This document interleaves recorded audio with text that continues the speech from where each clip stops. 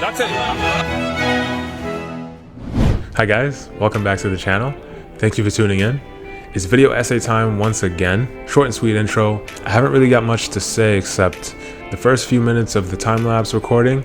I couldn't really figure out how to get the panels out of the way in the software, but I've seen other artists do the time-lapse recording thing with the panels just on screen, and it works just fine, kind of showing what they're doing along the way anyway. So it's not the end of the world. But as always, if you guys like the video, please make sure to hit that like button and subscribe if you want to. And that's about it.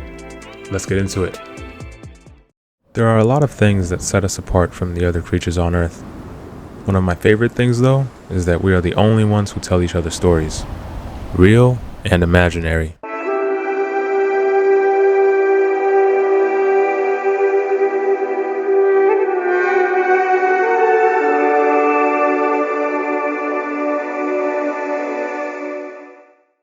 We've been spinning tales and weaving webs more complicated and elaborate than an orb weaver spider for as long as we can remember.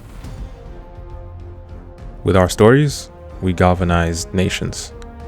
We deceived the ignorant and subdued generations. We took over the world. And then we told stories of those triumphs. We wrote the autobiographies of our gods. We described the inception of our world as if by first-hand account. It's a true superpower.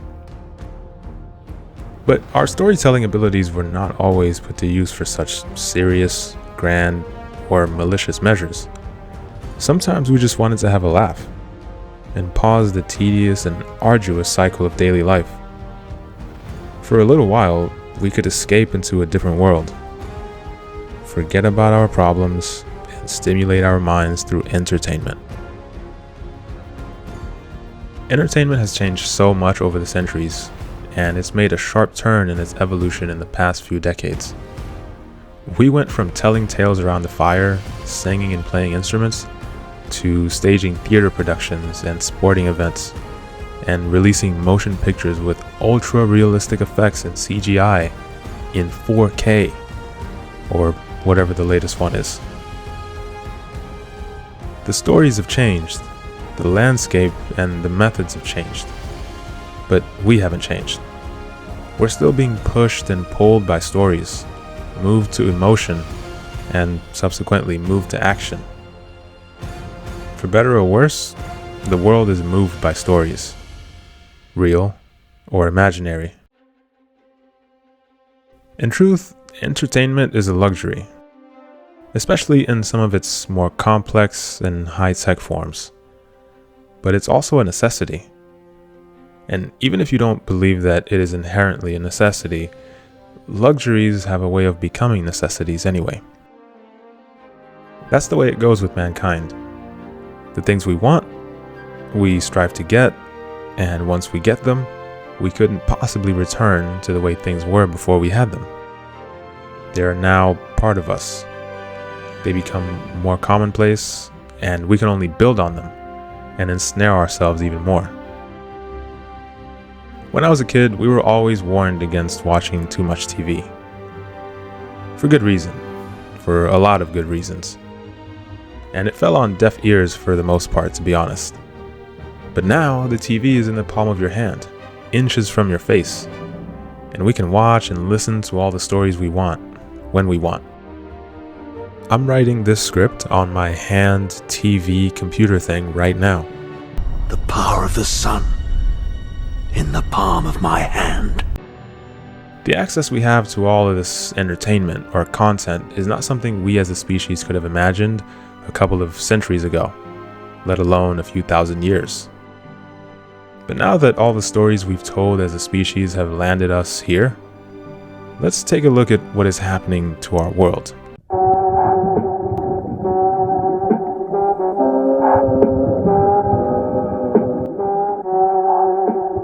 In my previous video, I talked about how we're conditioned to want certain things and to pursue them. People chase money and success.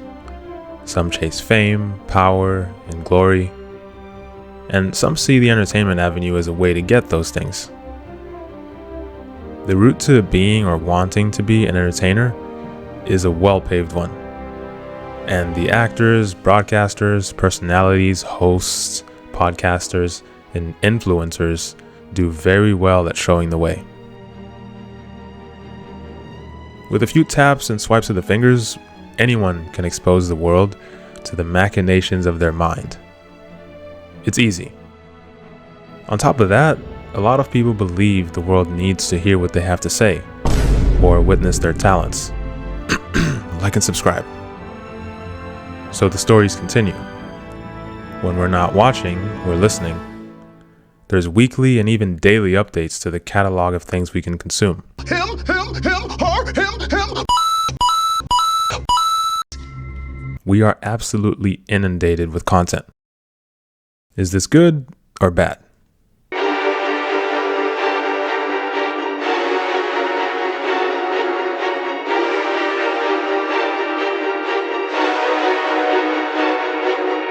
When we think about all that comes from the content machine, we can identify some negatives.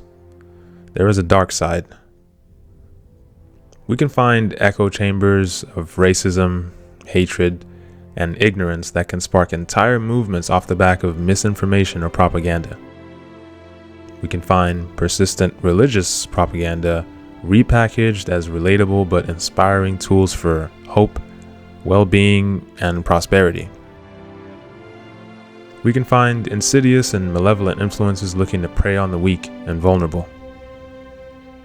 We can develop unrealistic and ridiculous expectations of life, born out of envy and FOMO, or fear of missing out, which can produce some dire consequences. To go further, we could talk about social engineering, manipulation, distraction techniques, and conspiracy theories. We could talk about how the ones who are really in control have certain objectives and use what we consume to push us around like chess pieces to fulfill those objectives. But I don't want to go down too deep of a rabbit hole and try to have a smart and coherent discourse on agency and politics and whatever else. And then there are brighter areas where creativity, inspiration, and motivation flow. We can find pensive but long drawn out explorations of fairly mundane subjects, like this one. We can find a place to hang out amongst people with shared interests. Listen to our favorite streams and podcasts while we cook and clean and exercise, so we're never alone with our own thoughts for too long. And adjacent to those spaces, we can also find education and help on a variety of subjects. We can find detailed hands-on reviews for products and services.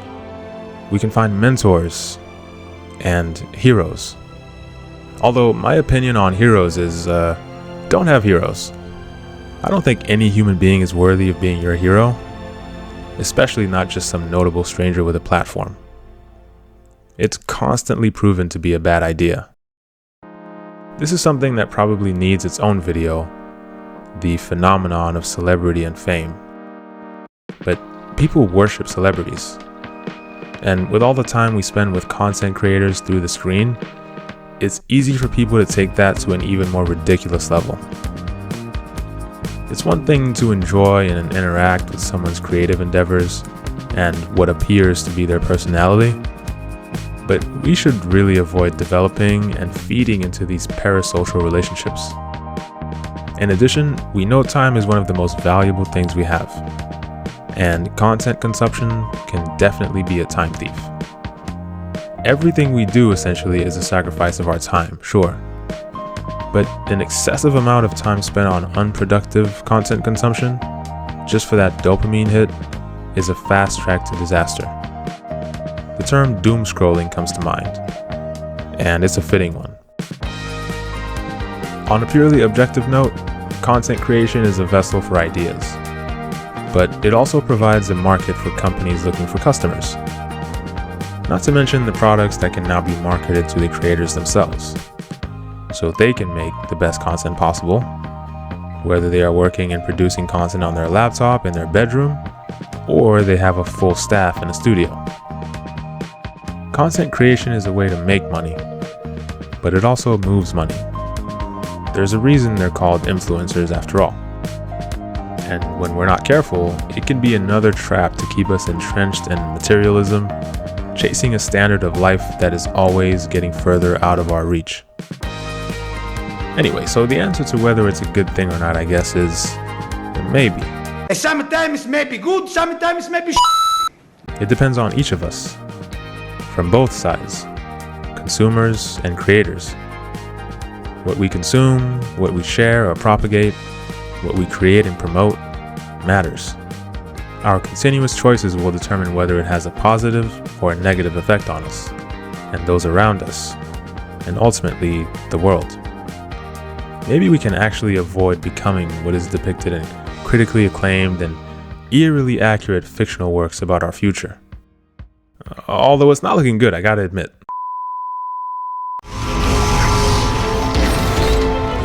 Now what? As someone who loves to create, I love being inspired, motivated, and educated by what I'm consuming, and then creating things myself. But I don't love the hustle of content creation. How great would it be to drop the pressure of having to succeed and having to keep up a certain level of consistency to reach that supposed success? Being able to create freely and at your own pace, producing works that you can truly be proud of, without reservations. That would be nice. That is essentially the way I operate now though, just due to circumstance and resources. Creating at my own pace, aka whenever I am physically and mentally able to circumnavigate life's hurdles, and trying to improve my work little by little. That's an honorable goal in itself, but it's also why my subscriber count is not growing, which is a bigger goal. But having said all that, I try to focus on what I can control, and I try to keep my distance from those negative spaces I mentioned beforehand. I try not to feed into them, even when I come across things that are clearly rage bait, or time sucks, or energy sucks. I just remember that engaging further with such things would be a loss. Pointless, but somehow also detrimental. Living in this world actually feels like being on a roller coaster sometimes. So cliche, right? But especially this internet age social media world. It's scary, but exciting. Amazing, but often nauseating. Just when you think you've got some good momentum, out of nowhere you've been flipped upside down. And the best we can do is try to enjoy the ride. Strap in and try not to throw up on the person next to us. Or ourselves. Or at all, actually. And if you thought there was going to be a smarter, deeper, more encouraging end to this video, you're on the wrong channel. No, I'm joking. Here goes a smarter ending. So in this roller coaster ride that is the 21st century human experience, please try not to vomit on anybody. Literally and figuratively. Choose to do better and be better. We are who we choose to be. Now choose!